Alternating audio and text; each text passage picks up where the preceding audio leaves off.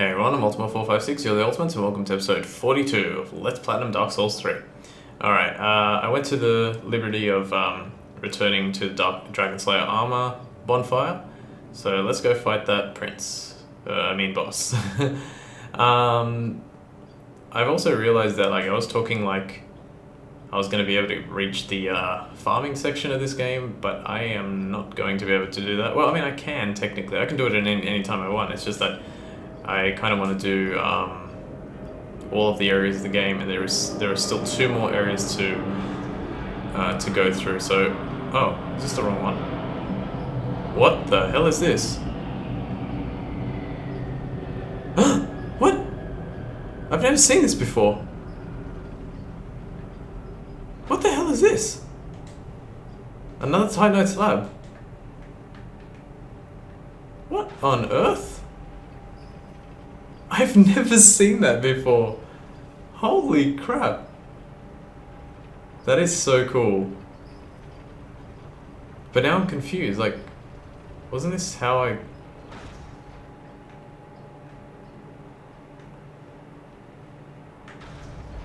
Why does it take me down? I want to go up. What on earth is going on? And why would... Hang on. I know this is not going to work, but I want to try it anyway. Holy crap. Okay, finally I found a secret area. Now, I'm sure people have found this before. It's just that, like...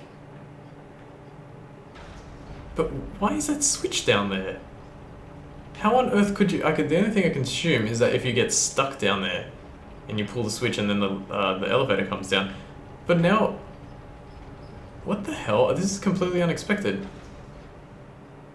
Yeah, this is where I came from. How do I go back up? I don't understand. Okay, let me try this. It's gonna go down. Oh, wait a second. Are there 2 lifts? There's 2 lifts. Wow. That is sneaky. Wait a minute. Maybe that works for the other one too. Because there was another lift earlier that, remember how, like, I was commenting how, like, it was very weird. I'm just gonna let these guys pat. It was very weird for the game to put a lift and then when you enter it and it says the contraption does not move, as opposed to just putting the lift on the side that you need to get to and just having no lift up there. I think there's a second area that happens in, so I might have to actually check that. Cool. Well, there you go, ladies and gentlemen. Another Titanite slab. So I now have 2 spare ones, and I've collected 4 up to this point. So that's really cool. I do not remember being able to summon Cirrus for this fight, but apparently I can. I will do so momentarily. Let me just check if there's anyone else. No? Okay. We'll summon Cirrus for this fight. There's no reason not to, I guess. I like this fight. I actually quite like it. It's semi-challenging, and having Cirrus here will... Look, I don't want to be cruel to Cirrus, but she's not great.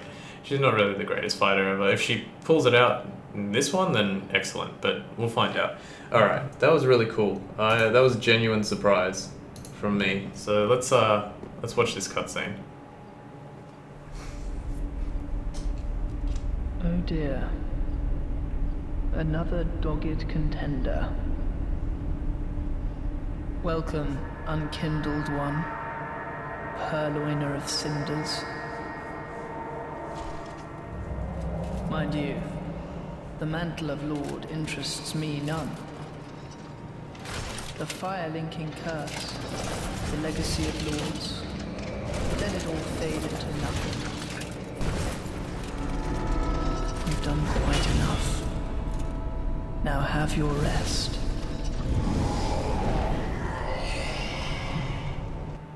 Okay, so like before, this is a 2-part boss fight. First part, we have to defeat Lorien, the Elder Prince. Basically, he teleports around the stage and you have to take the opportunities, but you can see how much damage I'm doing. Like, that was 4 hits. It's only going to take me about 30. Now this, just stand back and then roll. That's all you have to do. Go, Cirrus. 1, 2, 3, 4, 5, 6, 7 hits. Oh, wait.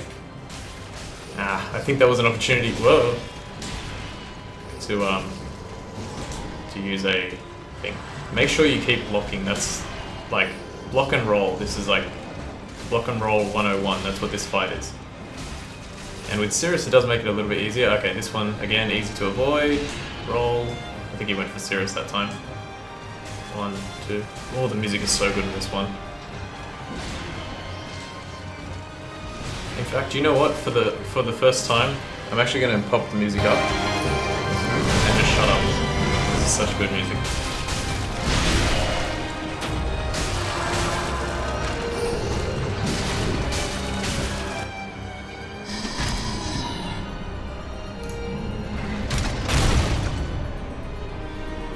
I'll explain this next section after we defeat the boss. Oh, dear brother, I'm on my way.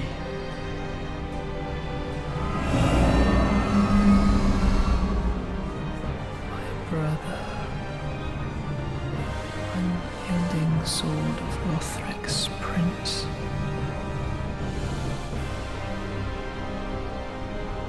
Rise if you would, for that is our curse.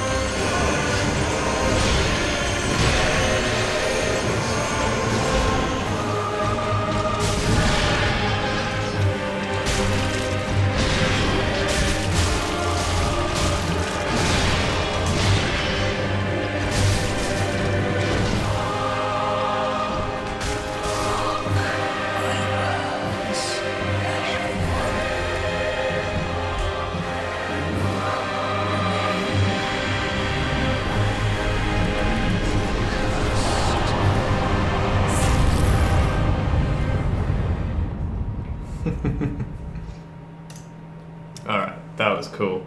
I love that that music so much that I just felt like the boss fight would be way more appropriate with that backing, and I think it turned out that way.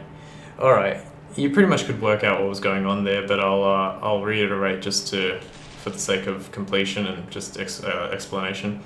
So first fight, basically you just fight Lorien, just keep wailing on him, do as much damage as possible, dodge, block, 101. And once you've done that, you can, this is where it gets confusing because I don't know, the other one, it says twin princes, right? But the second character, to me, clearly had a feminine voice, so I don't understand what's going on there. But anyway, she comes down, she revives her brother, brother, and then you have to defeat him again. And as you can see, she revives him again when you defeat him again. I don't think it's possible, it might be, but it didn't seem possible to defeat the sister without at least allowing the prince to be revived one more time. But that's basically the gist of it. Just keep attacking, wailing on them over and over and over again, and you'll eventually succeed. And actually killing the brother one more time allows her to revive him, which gives you an opportunity to deal quite a chunk of damage to her, especially if you have the full stamina ready to go. So yeah, a really, really fun boss fight. The music was fantastic, absolutely fantastic. So I'm really happy about that. I think the Firekeeper might say something here, so I'm just going to talk to her and find out. Welcome home, Ashen. Speak. Ashen One, may I pose thee a question? Has the little Lord Ludleth spoken to thee of any curious matters?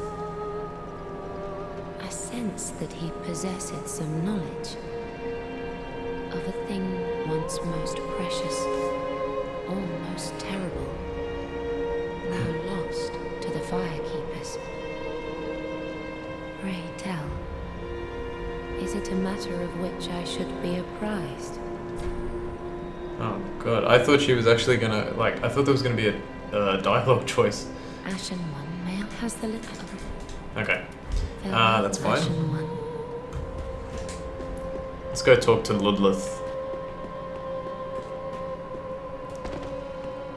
Aha, thou returned, and a fine day it is.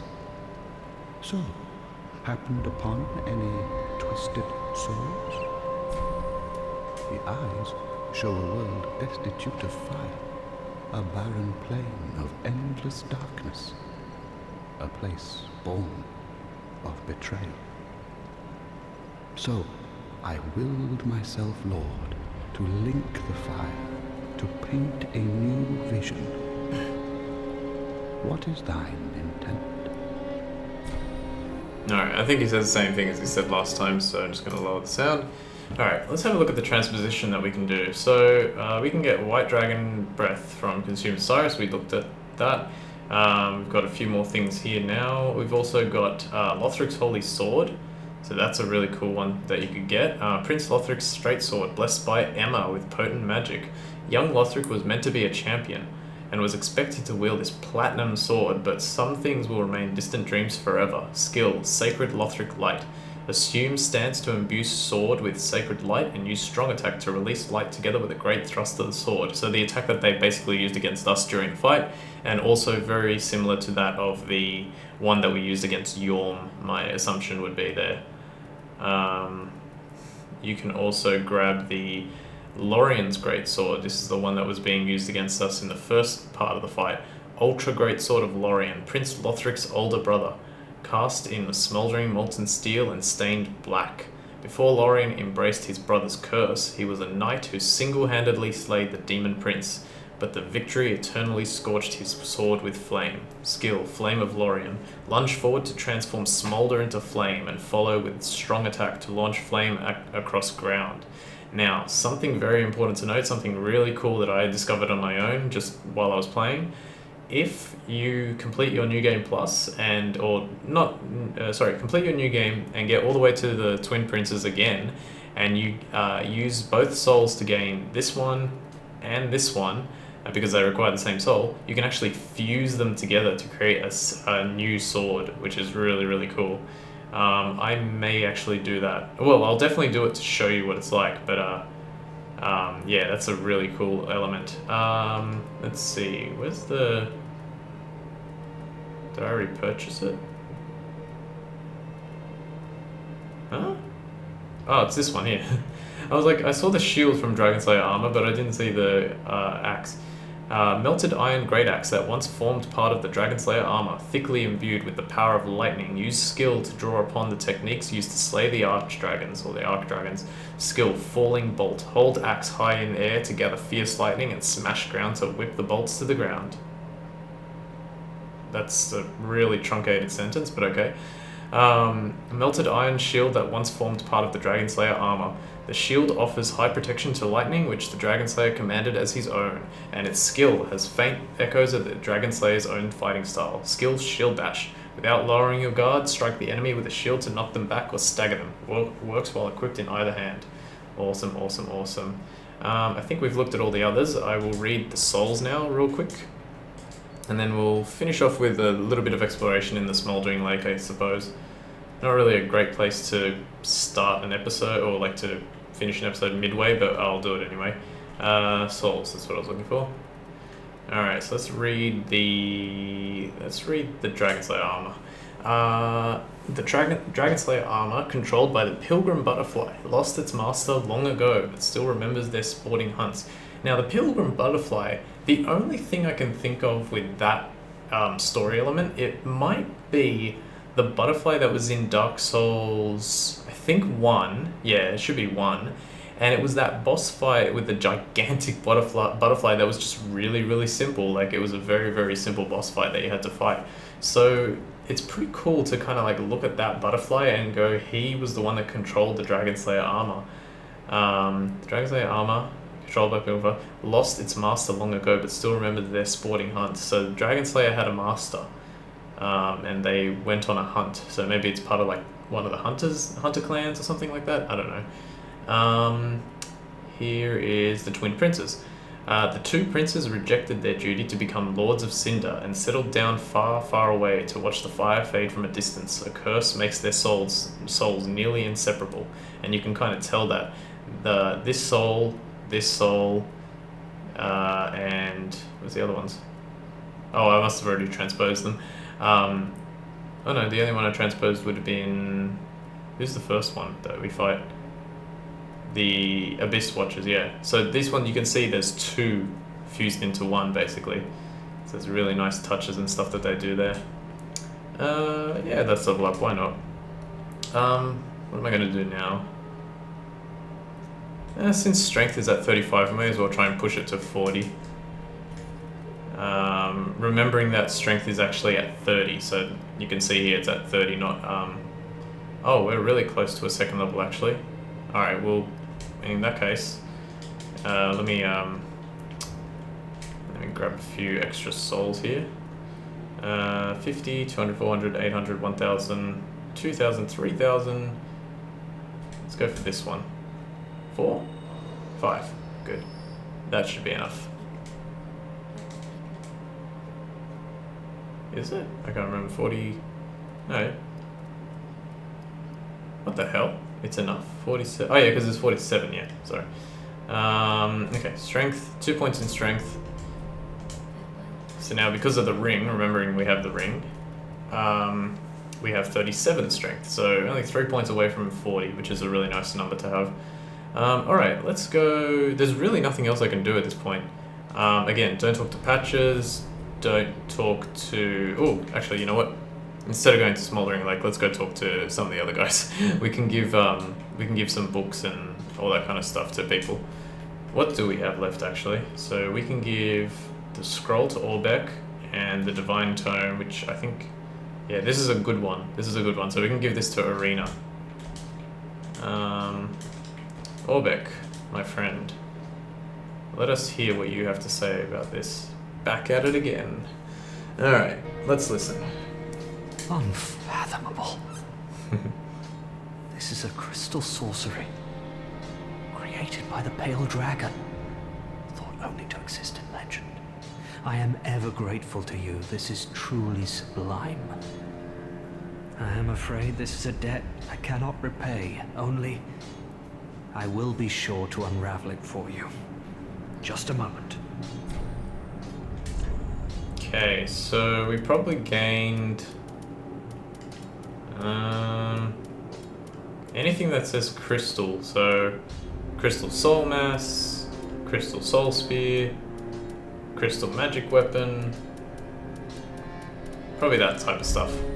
Again, I'm Orbeck of Vinheim, here to teach you sorceries.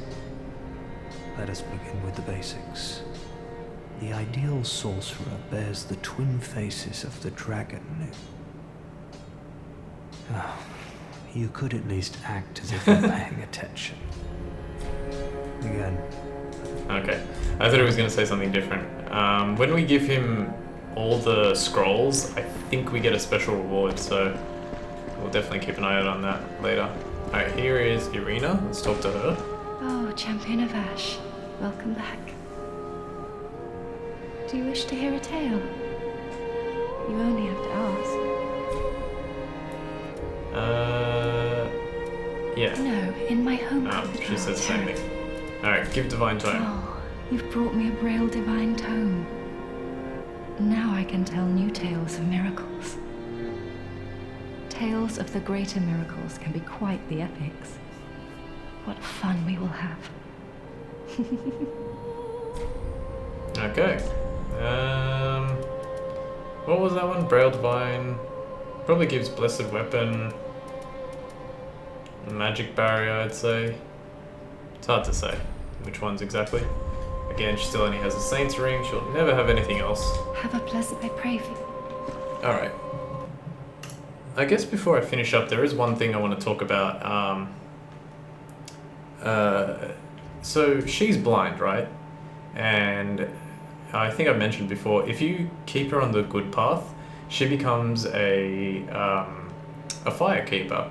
I think you have to finish the game. Once you finish the game, she won't be here, and she'll be located in a different area, and I'll show you where that is later. And